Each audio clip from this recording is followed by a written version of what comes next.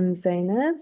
I am a student at Humboldt University doing my master's in integrated natural resource management, and my farmer was Elovinah in this project.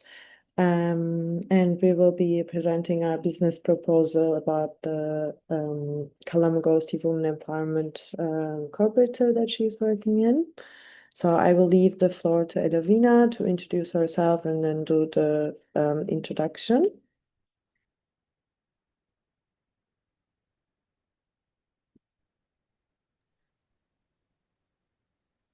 Elovinah? Yes, I'm here. Later. Sorry. Good evening, everyone. It's a good evening this side. I'm Zeynep and Elovinah, working with Kalaamugosi Women Empowerment Ltd.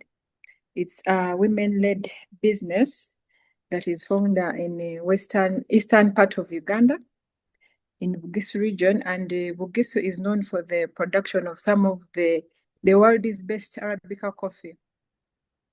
Kalaamugosi Women Empowerment was founded in August 2014. Kalaamugosi was formed as a response to social, economic, and cultural challenges faced by the rural women and smallholder coffee farmers and girls. It was birthed out of the farmers' cry due to the severe lack of economic opportunities, lack of resources, equipment, effects of post-harvest and pre-post-harvest challenges, which led to which had reduced their accessibility to export market as well as reduced to household income. So Kalaamugosi, we have our products. We do Arabica coffee. We do fully washed. We deliver a fully washed coffee selected from the higher altitudes. That is 1,800 to 2,000 meters above the sea level. Our coffee gives us an average score of 85%, and the screen rotation is always 15 and above. We also do some naturals. We do some natural processing. We also do honey processed coffee. And on top of that, we are using the coffee husks to come up with briquettes.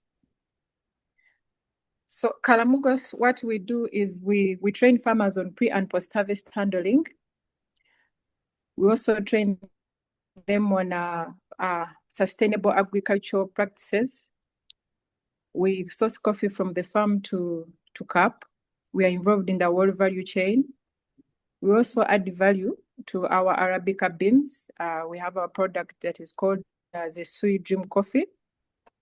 It is sold on both local and international markets. Introduction to business. Through this CoffeeXchange program, we have been able to understand the coffee sector in the German market,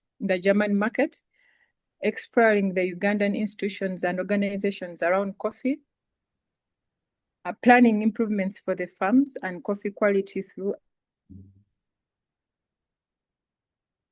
tandem learning partnership. Okay. Thank you, Elovinah. And so I would be moving on to the challenges that we observed in the business and the cooperative. So the main problems, or like the main areas we would like to focus on in our business proposal, are in two parts actually. So the first part is the certification and markets. So we want to get some certifications which will require some financial stability and access to some stable markets. And with these certifications, we can also attract more long-term partnerships in international buyers. So we see this as our main priority. And the second part is more focusing on how we can ensure the stable quality of the coffee, or how we can increase the quality. So here we would be focusing on the infrastructure improvements. Why does it matter? Because we need to focus on the infrastructure to reduce the risk of contamination. For example, we want to have a bigger storage area so that the farmers would bring the coffee to the storage area rather than storing it themselves next to their animals or animal food and stuff, which will in the end contaminate the coffee and change the aroma. And for this, we need like a centralized space where the farmers will bring their coffee. And this way, we will also reduce the contamination, which will increase the quality of the coffee beans.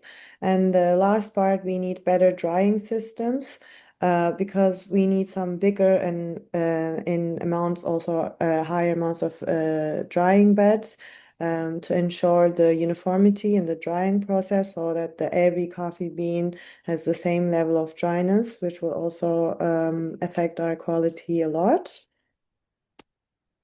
And we also have some proposed solutions in our proposal where Elovinah will be explaining. Some of our proposed solutions are to align with stable buyers, actively work to understand and meet the requirements of stable long-term buyers, focusing on storytelling and reporting mechanism of the existing social projects in the farm. Secondly is about social project reporting, implementing a report system for projects carried out on the farm, a fair work assurance, utilizing the EF4U program to ensure buyers of fair work collaboration.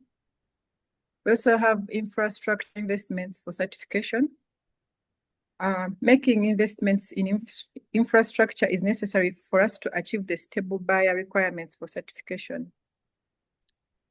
Interim storage strategy. Until stable buyers are secured, we will keep our partnership with the large exporting companies for storage, exchanging green beans for increased storage capacity. Certification versus quality. Seasonal buyers prioritize quality, but do not support certification, which requires stable buyers for investment. Thank you. And the impact we expect from the solution. So we want to have more long-term partnerships, which will also help us to achieve these certifications. And with these certifications, we want to have the premiums and use them to increase the household incomes of our farmers.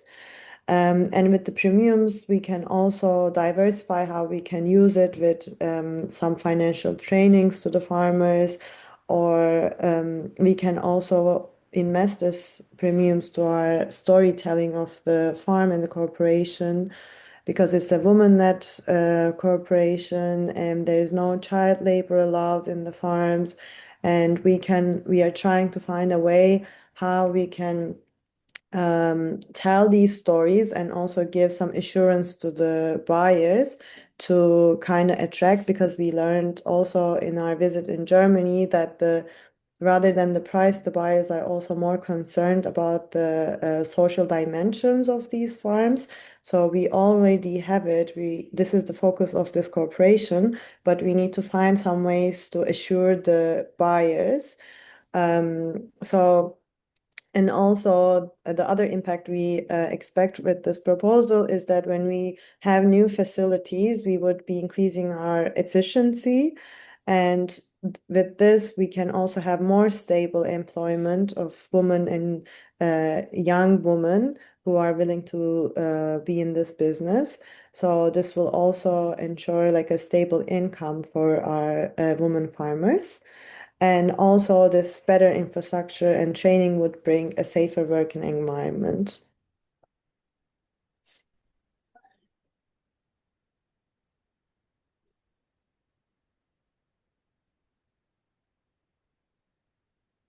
Elovinah?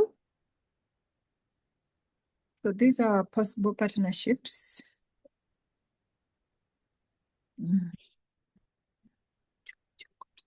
Jonah Jacobs, samples have been sent and received positive feedback positioning them as a potential stable buyers. We have a program of Ears for You. It visited our company, that is in July last year, and we had a training with the farmers, training them on how to report some of the challenges they're facing with their coffee farms. We also have established a reporting system, developing a robust reporting system to ensure focus and provide assurance on the impact of the social projects. Thank you. And as the last part, we wanted to demonstrate what is the connection with the SDG 8 goals and what is our strategy.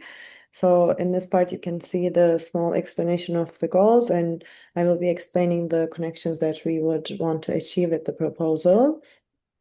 So investment we would have from the buyers or coming from the certification premiums.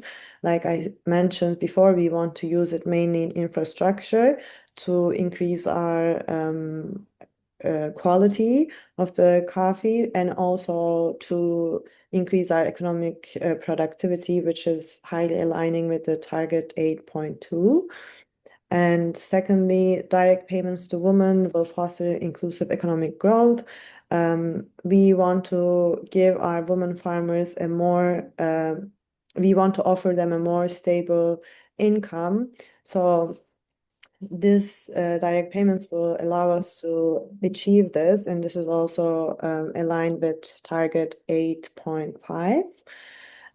Thirdly, actions are planned to secure stable buyers for organic and Rainforest Alliance certifications, and high specialty income, which is related to 8.7, helps families to hire adult labor, tackling the rural poverty. So we already have this in our farms, that we don't allow the child labor, but we also want to enhance this, or we want to find a better observation and reporting system on this as well, so that we can also offer this information to possible buyers, and also we want to improve ourselves in this area. So this would be also aligned with the target 8.7. And this is our presentation of the business proposal, and thank you for listening. And if you have any questions, we would be open to answer.